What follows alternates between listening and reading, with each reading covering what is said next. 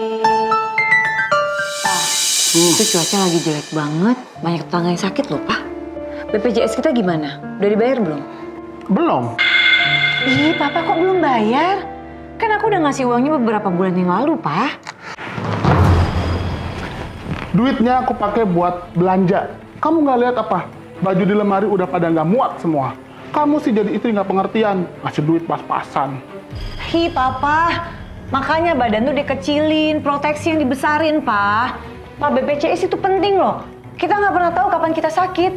Kalau kita udah punya pegangan, kita aman, Pak. Biaya berobat itu sekarang mahal banget. Udah, yuk, kita harus bayar BPJS sekarang, yuk. Aku nggak mau. Ngapain sih kamu ini? Kamu nggak lihat apa? Badanku sehat, seger, nggak penyakitan kayak gini. Aku nggak butuh BPJS. Nanti aja kalau aku udah sakit baru aku bayar BPJS. Ya Allah, sadarkanlah suamiku ya Allah. Berikan dia petunjukmu ya Allah. Papa, Mama, aku mau kasih tahu. Sekarang aku udah bisa main lato-lato. Nih gini nih. Aduh. Maafin ya, Ma, Yom. Duit tabungan kita dipakai buat Papa berobat. Sekarang Papa sadar pentingnya BPJS. Duit tabungan kita sekarang ludes gara-gara Papa berobat nggak pakai BPJS.